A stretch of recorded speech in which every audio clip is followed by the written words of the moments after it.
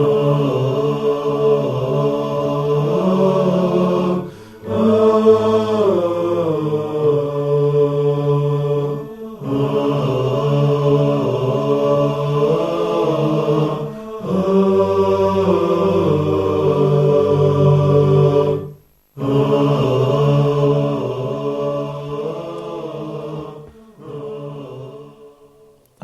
alaikum wa rahmatullahi wa barakatuh. Welcome to Ask Huda. I'm your host, Jamil Rashid, and I have with me today Sheikh Muhammad Salah. Assalamu alaikum, Sheikh. Alaikum salam wa rahmatullahi wa barakatuh. Jazakallah khair for being with us today, Sheikh. Wa jazakum. Okay, let's remind you of our telephone numbers quickly. The country code is 202, then it's 38555 248 or 249. Our email address is ask@huda.tv. We're getting some emails. People are saying that they're not getting replies to their emails. We are working hard to get through all those emails. We get several hundred weekly, so please do be patient with us and we'll get through them as soon as we can. Jazakallah khair. Sheikh, let's start off with a question from Sister Aisha from the Kingdom of Saudi Arabia. She's asking about covering the head while reciting the Quran. She's asking, is it obligatory for a woman to do so? بسم الله الرحمن الرحيم الحمد لله والصلاة والسلام على نبيه ومصطفاه سيدنا محمد وعلى آله وصحبه ومن والاه ثم أما بعد. All praise be to Allah. I praise Him and I seek His help. Whomsoever Allah guides is the truly guided one, and whomsoever Allah leaves astray, no one can show him guidance. I bear witness that there is no God worthy of worship but Allah, and I bear witness that Muhammad, peace be upon him, is His last messenger. We stated before that it is not required for a woman to cover her head or to wear hijab, nor is it obligatory for her to do that while reciting the Quran, but it's totally up to her if she likes to do that. Among the etiquettes of reciting the Quran is to have a specific place where you can recite the Quran with tranquility, where you can reflect upon its meaning and ponder it. So if you feel that would give you this state of tranquility better, then it's recommended to do it. But as far as whether it is mandatory or not, no, it is not mandatory to wear hijab while reciting the Quran, as long as you're sitting by yourself or before one of your mahram or amongst women.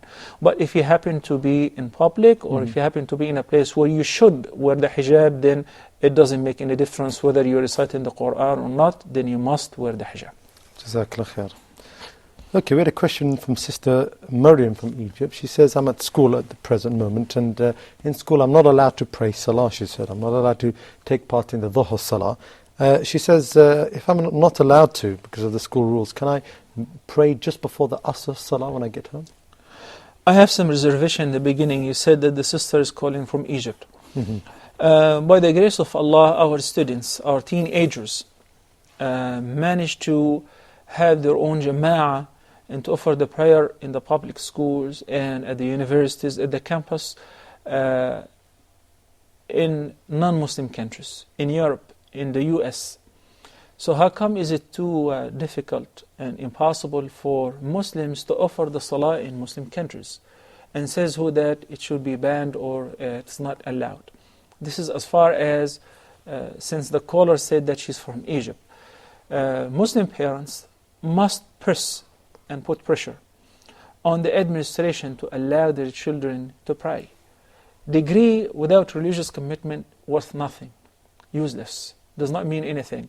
This degree by itself, whether it's an MD, engineering, or political science, English literature, or whatever, you name it, is not sufficient to take you to paradise, nor give you salvation by itself. The biggest degree is what you offer to yourself before Allah subhanahu wa ta'ala, so that it will be presented in your record on the Day of Judgment. Allah subhanahu wa ta'ala says, فَمَنْ زُحْزِحَ عَنْ النَّارِ وَأُدْخِلَ الْجَنَّةَ فَقَدْ فَازَ وَمَا الْحَيَاةُ الدُّنْيَا إِلَّا مَتَاعُ الْغُرُورِ. And once the Nabi sallallahu alayhi wa sallam was sitting in a sound hadith, and passed by him a man who was physically fit, nice looking, appeared as rich. So Nabi sallallahu alayhi wa sallam asked his companions, saying, what do you think of this man? After he passed away, they said, Ya Rasulullah, he's a man إذا حري به إن خطب أن يخطب. He's a man that if he would ask for anybody's hand or the hand of anybody's daughter, everybody would love to give him his daughter in marriage. وإن شفع أن يشفع. If he intercedes, ask somebody to for intercession, or to give a job to somebody, or to take it easy on somebody, his intercession will definitely be granted and accepted. وَإِذَا قَالَ أَنْ يُسْمَعْ لَهُ, and if he were to say, everybody would listen to him. He's very rich, Ya Rasulullah. So Nabi sallallahu alayhi wa sallam kept quiet. Then a while later, somebody else passed by who appeared to be very poor. And Nabi sallallahu alayhi wa sallam repeated the same question, saying that, and what do you think of this man? They said, Ya Rasulullah, هذا رجل من فقراء المسلمين. This is a man amongst the poor of Muslims. حري به إن خطب ألا ينكح. If he would ask for anybody's hand or anybody's daughter's hand, nobody even would think about accepting his offer or his proposal, because he's faqir, he's poor. وإن شفع ألا يشفع, and if he intercedes, his intercession will not be accepted. And if he were to say, nobody would listen to his statement because he's poor. So Nabi sallallahu alaihi wasallam remarked, saying that لهذا خير من ملء الأرض من هذا. This later person whom he said that he's poor, he has no capacity in the community, nobody would give him his daughter in marriage, nobody would accept his intercession, nobody would listen to his statement. This person, just this person, is better than the fullness of earth, or the earthful of the earlier one. Why? Because of what he maintained in his heart. This very special relationship between him and Allah subhanahu wa ta'ala. Allah subhanahu wa ta'ala does not value people due to their luck, their degrees, or their capacity in the community. Since the Nabi sallallahu alayhi wa sallam has said in the sound hadith, إِنَّ اللَّهَ لَا يَنظُرُ إِلَى أَجْسَادِكُمْ وَلَا إِلَى صُوَرِكُمْ وَلَكِنْ يَنظُرُ إِلَى قُلُوبِكُمْ وَأَشَارَ بِيَدِهِ إِلَى صَدْرِهِ صلى الله عليه وسلم. Allah does not really look at you to value you or to examine you through your bodies, your look, or your pictures, your images. Your fair skin, you're dark, you're white, you're black, you're European, you're American, you're Pakistani. No, none of that counts. None of that is a factor when Allah subhanahu wa ta'ala evaluates people. Allah subhanahu wa ta'ala only looks at your hearts. And Nabi sallallahu alayhi wa sallam pointed by his hand to his heart. So many people, when Allah subhanahu wa ta'ala blesses them with wealth, they send their children to private schools where maybe they end up learning the Bible or attending church classes. And they pay for that. Why? Because they think they have money and they're capable to send their kids to private schools. And when they lose them, they return crying and say, what can I do? Actually, it's too late. This question is coming too late. So if Allah subhanahu wa ta'ala blesses you with power, with money, try to utilize this, all of that in the best way. Put your kids in the proper schools. And if it is an Islamic school, you don't have to fight to allow them to pray on time. There will be a prayer period where everybody must get out and pray. Second, sister, since you're a lady, you're not required to pray in Jama'ah. So that means Dhuhr time, similar to any other prayer of the 5 daily prayers. Every prayer has a beginning time and an end time. The end time means if it is over, then even if you come to offer this prayer later on past this time or deadline, it will be considered as qada. Even if you pray 10,000 times, it will not make up for the fard which you postpone deliberately. Luckily, he said that you finish an hour and a half before the time of Asr. Let me explain to the viewers when does the time of Dhuhr begins versus the time of Asr so that we know. First of all, Allah subhanahu wa ta'ala said, إِنَّ الصَّلَاةَ كَانَتْ عَلَى الْمُؤْمِنِينَ كِتَابًا مَوْقُوتًا. We repeated that so many times so that every Muslim should understand we're not only required to pray, rather we're also required to pray on time. There are 2 commands in this verse. Kitaban means ordained and it is obligatory. Mawqutan, on fixed times. Every prayer has a beginning and an end. So the beginning time for Salatul Dhuhr is when the sun moves away from its meridian, of course towards the west.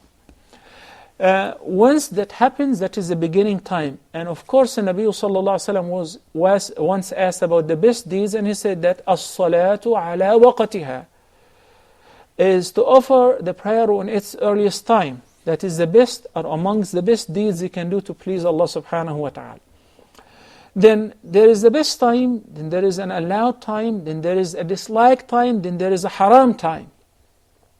So an hour later, still this is an allowed time.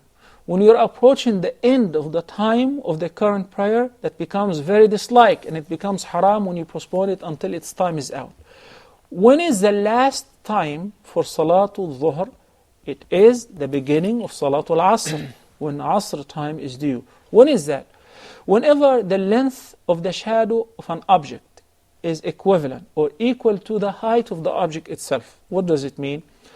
Before we have a clock, the Muslims used to figure out the prayer time, and this is very useful for people who are traveling, whether hiking or camping or outdoor, or just traveling and they don't have a prayer time or a prayer calendar to know the prayer time for the locality which they are traveling to. If you set a stick straight and under the sun, it has a shadow. Let's say the length or the height of the stick is 1 meter. If the length of the shadow of this stick becomes also 1 meter, that is the beginning of the time of Salatul Asr, and is also the last time of Salatul Dhuhr. So if you postpone Salatul Dhuhr until this time, when the length of the shadow of an object becomes equivalent to its height, then it becomes haram. So as long as you get to pray it an hour and a half before the entrance of Salatul Asr, it's still permissible and allowed for you. Yet, you should not settle for that. You should lobby with the rest of the Muslim students and parents and force the administration and school to designate a specific time. There is a break. So let's take our break at a time where we can pray with comfort. One more thing, it is not permissible to offer any prayer 1 minute before its due time. Even if you have to catch a flight, even if you have to get on the bus or on a board of any mean of transportation, or before a surgery, or before a class, it's got to be once the time is due, not even 1 minute before the time is due. Jazakallah khair. Okay, we have Brother Ali next from the Kingdom of Saudi Arabia. Brother, you're live on Ask Huda. Your question, please.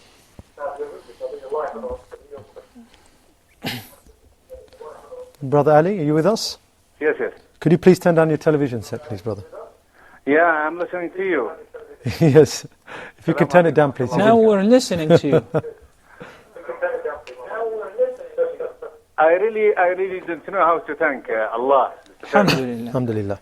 And second, I thank Dr. Muhammad Salah. Jazakallah khair. May Allah reward him. May Allah Barakallah accept it. feek. Jazakallah khair. This is the only thing I want to say. Actually, I have no questions, but I was very, very happy that I get the opportunity to watch this channel, and I hope Allah will give you more power and more knowledge. Ameen. And I need help from Dr. Muhammad Salah. If he can send me his email, or tell me his email, how to contact him, actually. Okay. You can take the number and the email from the control. I wrote some books, then I need his help to revise it, please. Jazakallah khair. Jazakumullah khair. Okay, Brother Ali there from the Kingdom of Saudi Arabia. Brother, if you get back to the people in charge in the studio there, they'll give you all the details you need to contact Sheikh Muhammad Salah. Okay, we have Brother Ahmed from Bahrain. Brother, you're live on Ask Huda. Your question, please. Assalamu alaikum, Sheikh. Wa alaikum assalam wa rahmatullah. Brother Jamil. Wa alaikum. 2 questions about Salah. One is, I have this frequent doubt. When we go down for sujood, should it be the knees that touch the ground first, or should it be our hands? Because each time I get conflicting views, and I'm a bit confused on that. So when we go down for sujood after ruku and standing up, should it be the knees, or should it...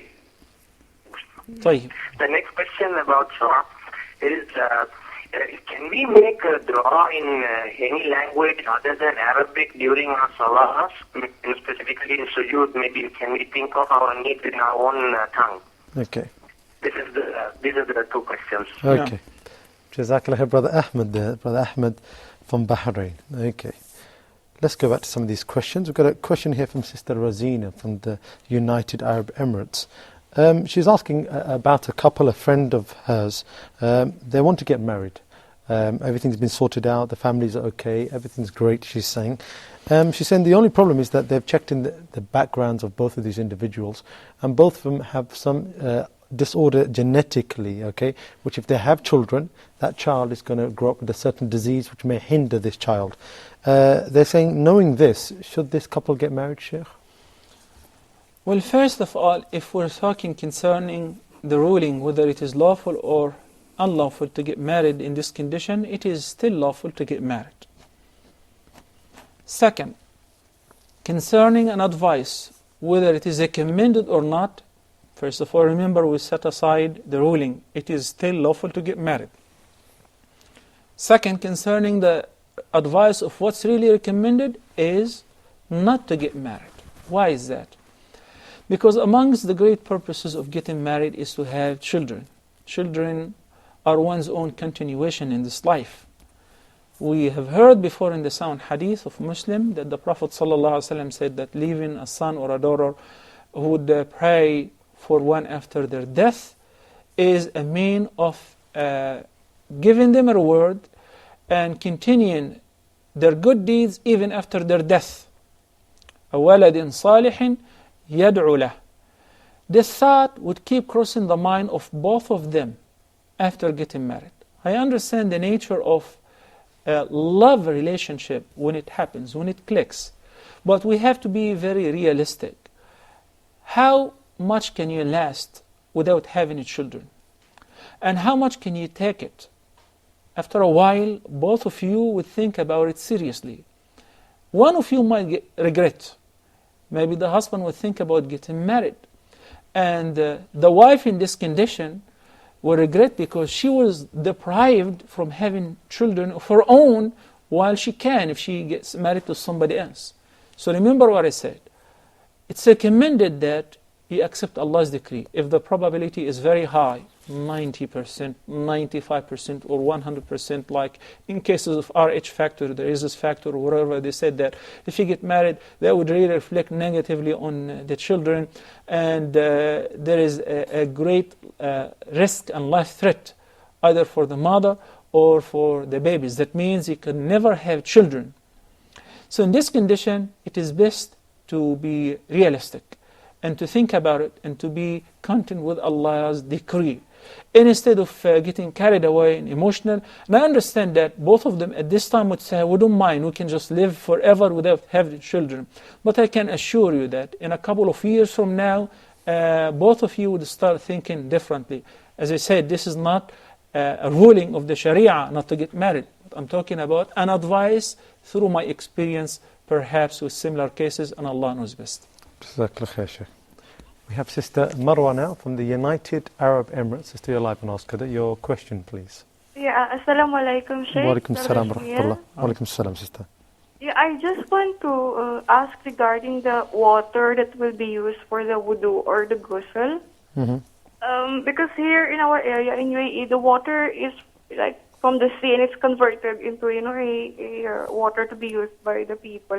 Okay. Now, I have doubt about it. There is some smell on it. And when I strained it, when I put some cloth on the faucet, there were some impurities. So what I did, I bought a disinfectant, and every time we use it for shower or for wudu, there is a disinfectant. Now my husband told me that we should not use this water which we had put some disinfectant on it.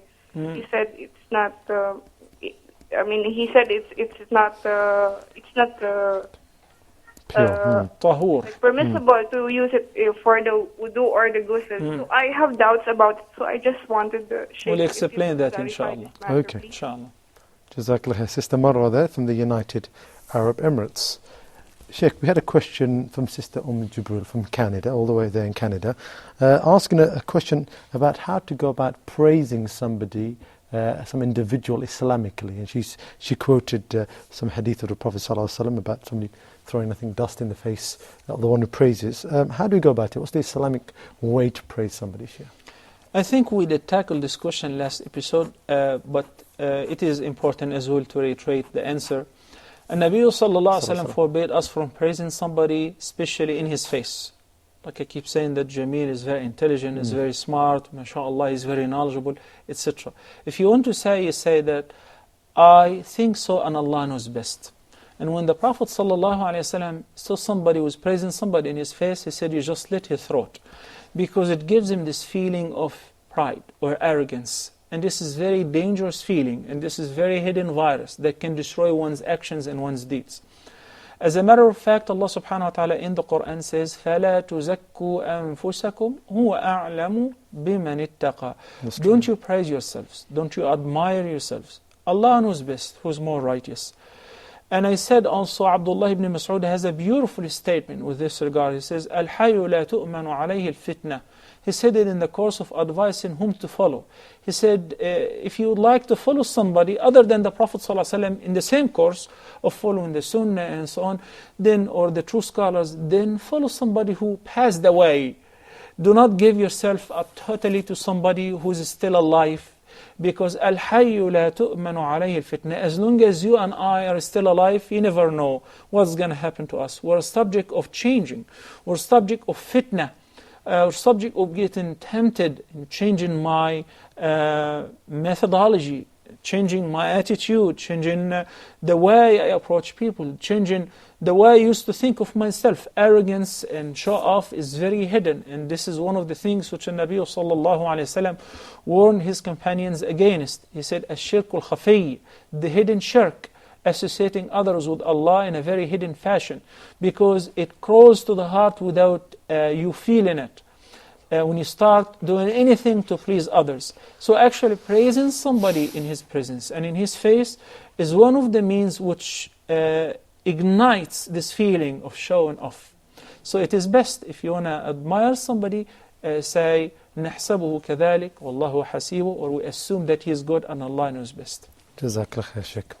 We have Brother Ahmed from Qatar now online. Brother, you're live on Ask Huda. Your question, please. Assalamu alaikum. Wa alaikum assalam wa rahmatullahi wa barakatuh. I work in the local company in Qatar. Yeah. And Yes. they give this medical facilities through medical insurance. Is it permissible to take this? Okay. Jazakallah khair, Brother Ahmed there from Qatar. Okay. Okay, Sheikh, we had a question from Sister Jamila from the Kingdom of Saudi Arabia. I know we answered this question. The reason why I want to reiterate this question is many people are in this situation now. We're in the time of exams and students getting very nervous. She's asking a question, again, let me repeat it, about making some sort of dua so you don't forget, or is there any particular supplication for those brothers and sisters who are taking exams now under stress and need help, basically? Every time I think about this very frequently asked question, it clicks in my mind the biggest exam. And I say to myself, if I worry that much about the serious exam, the most serious exam, whenever every one of us is standing before Allah subhanahu wa ta'ala without any help, without any notepad, without any reference, having to answer all those questions, particularly the 4 questions about his life, his lifespan, his youth, his health, his knowledge, his money, how did he earn it and how did he spend it. I ask Allah subhanahu wa ta'ala for his help. As far as a specific supplication for our worldly tests and exams, Nabi sallallahu alayhi wa sallam did not specify one specific supplication or dua for this. Yet, if any of us maintains recite in the morning and the evening supplications, they are more than sufficient. And amongst adhkar which we should recite in the morning is a beautiful dua which would really help in this test. يا حي يا قيوم برحمتك أستغيث أصلح لي شأني كله ولا تكلني إلى نفسي طرفة عين. You're calling upon Allah subhanahu wa ta'ala through His most beautiful names and attributes, Al-Hayyu Al-Qayyum, through which if Allah subhanahu wa ta'ala is being asked, He would definitely deliver. إذا دعي به أجاب وإذا سئل به أعطى. Ya Hayyu, Ya Qayyum. O Allah, the ever-living, the sustainer, the maintainer of everything. أصلح لي شأني كله. Set right all my affairs. ولا تكلني إلى نفسي طرفة عين. You take care of my affairs and do not let me take care of my own affairs, not even during a blink of an eye. You take care of all my affairs. So Allah subhanahu wa ta'ala would set right all your affairs and take care of your dunya and your deen as well. Also, Nabi sallallahu alayhi wasallam taught us in another hadith, if we are experiencing any difficulty, to say, Allahumma la sahla illa ma ja'altahu sahla wa anta taj'alul hazna in shi'ta sahla. Very beautiful. You can also recite it. But I stated in the beginning, this is not a specific dua for this specific occasion. But so many other supplications could be used in other occasions. So one of the dua is to say, oh Allah, there is no ease except whatever you make it easy. There is no easy thing except whatever you make it easy. وَأَنْتَ تَجْعَلُ الْحَزْنَ إِنْ شِئْتَ سَهْلًا. And it is you who will make what's difficult, what's harsh, easy, according to your will. This is as well very beautiful. If you recite Ayatul Kursi, if you recite whatever from the Quran, and remember An-Nabi sallallahu alayhi wa sallam كَانَ إِذَا حَزَبَهُ شَيْءٍ. The Prophet sallallahu alayhi wa sallam used to, whenever anything would worry him, he would rush to offer the prayer. So pray Salatul Duha, 2 rak'ahs, 4 rak'ahs, past sunrise before you go to the test. Allah subhanahu wa ta'ala will make your affairs easy, inshallah. Jazakallah khair, Sheikh. Okay, we had a question from Brother Ahmed earlier on, Sheikh, and he's asking about a frequent doubt, he says, and this is regarding his salah. He says that when he goes into sujood, does he go on his knees or on his hands? He's seen different people pray in different ways. He wants to know what's the correct way. And he says also when getting up as well. In the beginning, I would like to assure you, this is something, whether you do this or that, whether you go first down on your hands, your palms, or your knees, that would not affect your prayer by any means. There is a hadith that the Prophet ﷺ forbade us from copying certain animals in the salah, such as kneeling down first on the knees. Some scholars differed whether the resemblance here to the camel is going first on the knees or on the hands, based on the difference of understanding the context of the hadith, whether the camel goes first on the hands or on the knees. You consider the knees of the camel the first or the front or the rear. Accordingly, there are still kafara sayrihan, there are 2 racing horses, the 2 opinions. So if I say to you right now, as you've watched in our program, the Prophet's prayer, no, go on the hands first, you would read in some other book, no, go on the knees first. Either this or that, do not let this ruin your prayer. This is not something which should consume a split of a second in your prayer. I would tell you right now, go on your hands first.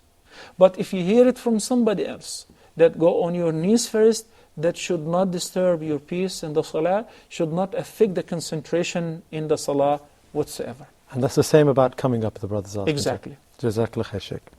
Okay, we're going to take a short break and inshallah return in a couple of minutes. Stay with us. Assalamu alaikum wa rahmatullahi wa barakatuh.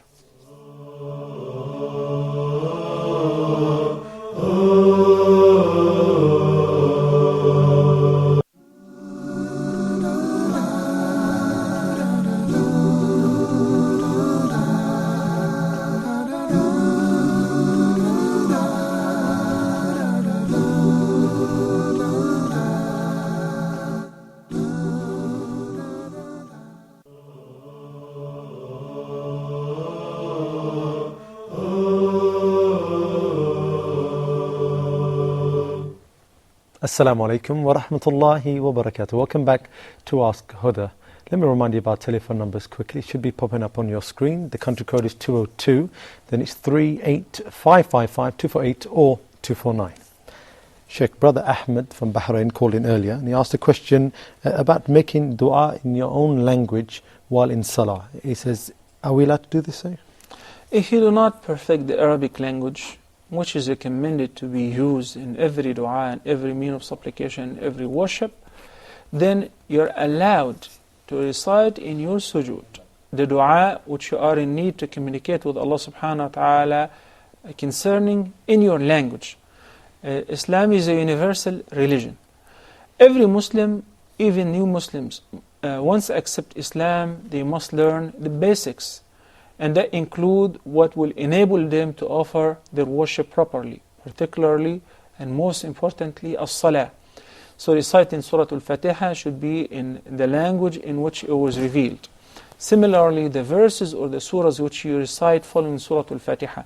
Any other takbir, praise, or supplication during ruku' and sujood, it should be done in Arabic, such as Subhana Rabbiyal Azim or Subhana Rabbiyal A'la, and reciting the last or the middle tashahhud in the Arabic language. And we say, even if the person still new to Islam or doesn't know much Arabic will say instead of that Subhanallah, Walhamdulillah, Wallahu Akbar, Wala Hawla Wala Quwwata Illa Billah as much as you can until they learn, as long as they're in the process of learning. But we don't allow them to recite that in their own language, because this is the language which Allah subhanahu wa ta'ala, or the only language which Allah subhanahu wa ta'ala approved in the salah. But as far as making dua, then you may make dua. As we always say, there are two opinions with this regard, but just to make it easy for non-Arabic speakers and those who did not have the Arabic mother tongue to communicate with Allah subhanahu wa ta'ala, as far as making invocation or dua, it is permissible to do that in their own language in the sujood. Jazakallah khair, Sheikh. Okay, we had a question from Sister Marwa from the United Arab Emirates. She says the water we're using, the one that has been provided, she said we found some smell in this water. It wasn't really pure water, so thus we added some disinfectant, some chemicals to clean this water. She says, my husband says now we've added this disinfectant, it may be clean, but we can't use it for salah. Like you said, it's not tahir, it's not pure. She's saying, where do we lie here? Are we allowed to use this water? There are two terms. There is one which is tahir, means pure. Means I can use it as far as consumption. Like drinking juice, it is tahir. Any tahir can be consumed as far as eating or drinking.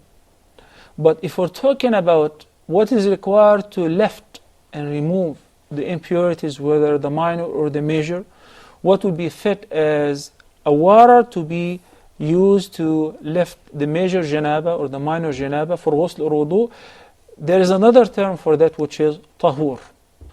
So al-ma, which is required for al-tahara, should be tahir in itself, and tahur, meaning mutahhir, could be used to lift the janaba if it has been used for wudu or ghusl. And for such water, it must maintain three traits or criterions. The first one is the taste, and the second is the color. And the taste, the color, and the smell.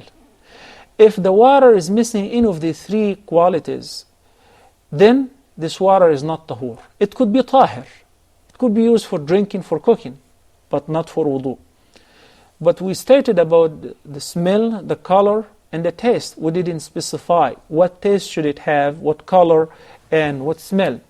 Tasteless, colorless, and odorless.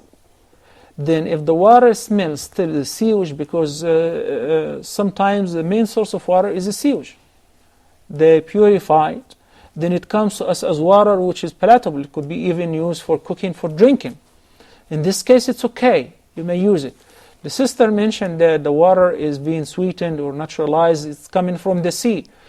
If this is the case, sister, even if it is not being treated, the water which is coming from the sea is tahir wa tahur, mutahhirun li ghayri. It can be used for purification right away, even if it's salty water. And Nabi sallallahu alayhi wasallam was asked about the sea water. He said, "Huwa tahuru ma'uhu al-hillu maytatuh." Notice the term that the Prophet sallallahu alayhi wasallam have used, said tahur, meaning can be used for further purification. Its water is tahur, and its dead is lawful to consume. We're talking about the fish and whatever comes out of the seas or the oceans. So if you're addressing the sea water, or the ocean water, or the Gulf water, the salt water, right away, even without treatment, it is tahir and tahur. But if you're talking about water from any other source which has a smell or has a color different than the regular water color, which is colorless, of course, or it has a taste that you can find, a taste different than the water taste, which should be tasteless, then this water may be tahir, but I cannot use it for further purification. Jazakallah khair, Sheikh. Okay, we have Sister Muhammad from Morocco. Sister, you're live on Ask Huda. Your questions, please. Yes, Assalamu alaikum. Wa alaikum Alaykum assalam wa rahmatullahi wa barakatuh. I have one question, but I just need opinion from Sheikh, inshallah. My husband, he is from Norway, Muslim from Norway. So we have lived in Norway 12 years. But one day we have thinking live in Morocco, maybe because it's good for us and for child, but our iman, come here family, come here Muslim and on. Okay. But we have come to Morocco. We have lived 4 years. But until the 4 years, you can say our iman have gone down. Subhanallah. So we have stayed a good Muslim in Norway. Good contact with people. But here it's not so good contact with family. Not good contact with the neighbor. Nothing not goes. So we have thinking. My question is, for me, my husband will not live here in Morocco more because he thinking it's difficult with language, with everything. It's not so easy. So, and for me, my child is in school, and I thinking it's so difficult, stay 4 years here and again travel back to Norway. I don't know. We have made salat al-istikhara and we have been waiting long time now. Okay. Okay, sister. Jazakallah for that question. Sister Muhammad from Morocco. Jazakallah for that question, sister. Okay, we had a question from Brother Ahmed from Qatar, Sheikh. He says he works in a company in Qatar and they're providing some medical insurance to him. This is something they're providing to him because he's a worker there. He says, am I allowed to accept this medical insurance? This medical cover through insurance? Now, if this is not a part of your salary, it is included in the package. Whether you take it or not, it will not affect your salary. So if you refuse it, say, I don't want it, they will not give you a compensation for that, then this is not your problem. We stated before that health insurance and life insurance and similar insurances are of the contemporary issues, which the earlier fuqaha did not discuss. But we judge any contemporary issue concerning business transaction through the solid basic foundation which the Quran and the Sunnah have laid for all of us.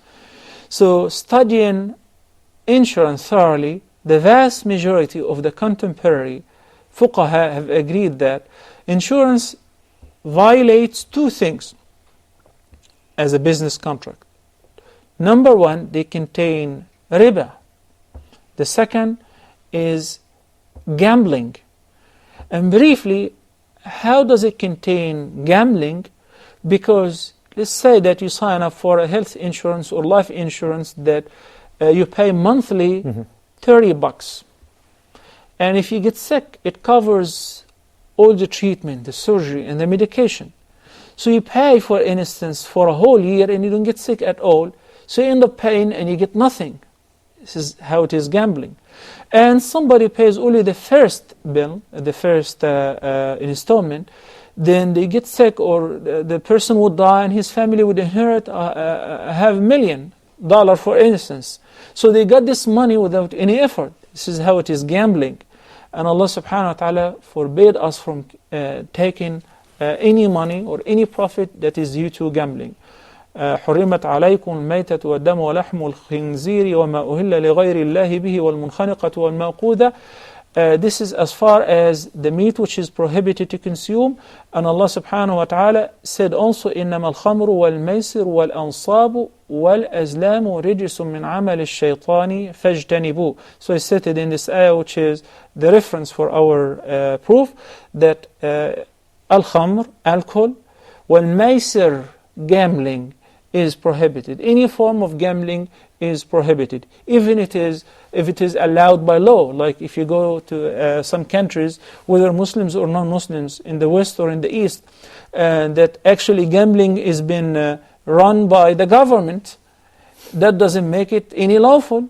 It is haram by Allah subhanahu wa ta'ala. Even if they say that we're using this to fund schools or hospitals, I don't care. This is gambling and this is haram. The second is, it is riba, and it contains the two types of riba, riba al-fadl or riba al-nisa, and we explained that before. So bottom line is that if it is optional, then don't take it. But according to the more right opinion, which is the vast majority of the contemporary scholars concerning insurance, But if it is obligatory and you're not paying for it anyway, then there is no problem to take it because it was not your choice. Jazakallah khair, Sheikh. Okay, let's go straight to the question of Sister Muhammad, who just had a question. They've moved to Morocco from Norway. They stayed in Norway for 12 years. She says, my husband's actually originally from Norway. They found it very difficult living in Morocco for the last 4 years. Husband wants to go back. She said, since we've been in Morocco, our iman has gone down, not up as we thought it would. What's the situation? Should they go back to this country knowing that they're in a Muslim country and they're going to go back to a non-Muslim country? You might find me kind of biased whenever this issue is brought up, and I always say that live in a Muslim country, regardless of negatives which you see and difficulties and the hardship which you are facing, because there are a lot of benefits in living in a Muslim country versus living in a non-Muslim country. But this is not always the case. Sometimes some people cannot afford it, cannot take it. So the immigration or the hijrah means is to leave the place where you cannot practice freely your religion and where you cannot find your heart, to a place where you can practice your deen, where you can increase your iman. So this is not a general ruling. Some people are confronted with the fact that they keep building dreams that I want to move to a Muslim country, whether this country or that country, thinking that when they travel, when they make hijrah, they will find the Prophet ﷺ is waiting for them, and Mu'adh ibn Jabal, and Mus'ab ibn Umair, and the 4 rightly guided khulafa. No, this is not the case. Fitna now is global. Fitna is universal. That's true. Actually, there is a universal fitna and trouble for Muslims, for believers, and for non-believers as well. We're struggling to maintain our iman anywhere. Anywhere. If you go anywhere, there is satellite, there is dish, there is internet, there are bad movies, there is media which invaded, infiltrated every single house. But the difference is that in one place, I hear the adhan 5 times a day. I will not say this is a plus, this is almost everything. Hearing the adhan is an advantage, is a privilege that only those who do not enjoy it will realize it and will recognize its importance. If you have children, then your decision will be totally different than if you don't have children. If you're having children, then definitely you have to put them in an environment, in a school, which you are sure that they are not going to teach them one of the subjects which is mandatory, sexual education. If you are having children, teenagers, you realize that even if you end up eating just bread, it would be much better than eating T-bone and steaks and seafood, while putting your children at a great risk of losing their deen. And how will they lose their deen exactly? I will resemble it this way. If you put your finger in a glass that's full of sulfuric acid would eat up even the bones. So the environment, the school environment in a non-Muslim society is like that. It's very powerful, it's very strong, it is a melting pot. And our children are very weak, and unfortunately Muslim minorities in the non-Muslim countries have not come yet to the level where they have their own environment. Safe haven, Muslim schools. The most important thing in life is Islamic schools. Islamic schooling is Noah's Ark, whether in the West or in Muslim countries. So that's why we travel, that's why we immigrate. As I always say that, before marriage, sometimes I get married because of my own desire. There is a list of requirements I keep in my mind, but once I get married and once I have kids, I am abiding and staying, remaining in this marriage, not simply because I want to live with her or she wants to live with me, but because of another very important factor, which is our kids. So there are sacrifices. If you're talking about that not socializing with neighbors, as a matter of fact, this is a universal complaint, even in Muslim countries. It is very, very difficult to find good people. And Nabi Sallallahu Alaihi Wasallam said it 1400 years ago. He said, الناس كإبل ماء لا تكاد تجد فيها راحلة. And that was stated 1400 years ago or more. That people are like camels. In what sense? Out of every 100, you can barely find one which you can rely on for a long journey. So to find reliable people is very difficult, whether in Muslim countries or in non-Muslim countries. So seek the help of Allah subhanahu wa ta'ala, as the Nabi sallallahu alayhi wa sallam said, "Ista'in billahi wa la ta'juz." Seek the help of Allah subhanahu wa ta'ala, do your best and don't become lazy. Try your utmost. If now you're living in this country, whether it is Morocco or any other Muslim country, and you feel that you're not achieving anything, as a matter of fact, your iman is decreasing, then make a move to another place where you assume that, and this move, you will be rewarded for it, even if your mission is not accomplished. Because Allah subhanahu wa ta'ala rewards us according to our intentions. Sometimes we cannot really achieve what we plan to do.